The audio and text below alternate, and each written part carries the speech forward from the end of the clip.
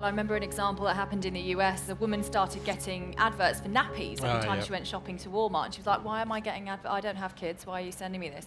And in fact, the algorithms had worked out she was pregnant before she knew she was pregnant, because they'd looked at how her shopping had changed. And that wasn't even to do with all the facial recognition stuff we've got going on now. But imagine Minority Report, where he walks in and he gets all that tailored stuff based on his retinal scans. We're already there. And here's the other part of the story that many people don't know.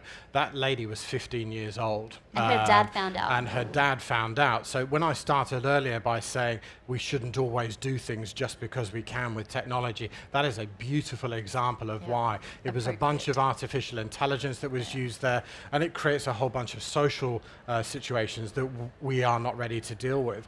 And there's a good story of a startup company in that healthcare space in the US, 23andme.com. Startup, you can put your details in their website, your credit card, they'll send you a box with a test tube, you spit in it, you send it back to them, and they'll DNA profile you. When that company started up, the US Food and Drug Administration banned them and shut them down.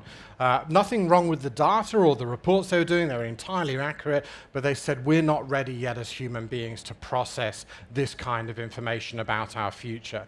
And we've got to be so careful with this technology. There's lots of opportunities where we can do world-changing things. That story that you had up there with helping in the healthcare sector, and people who say, well, that's amazing, but I think we've got to check in and make sure that we're always being intentional about it. Yeah, because with the 23andMe thing, people were finding out that the person they thought that was their father wasn't their father, and they were finding out about siblings all over the world, and so it had huge ramifications in the real world in terms of like divorces and families breaking up.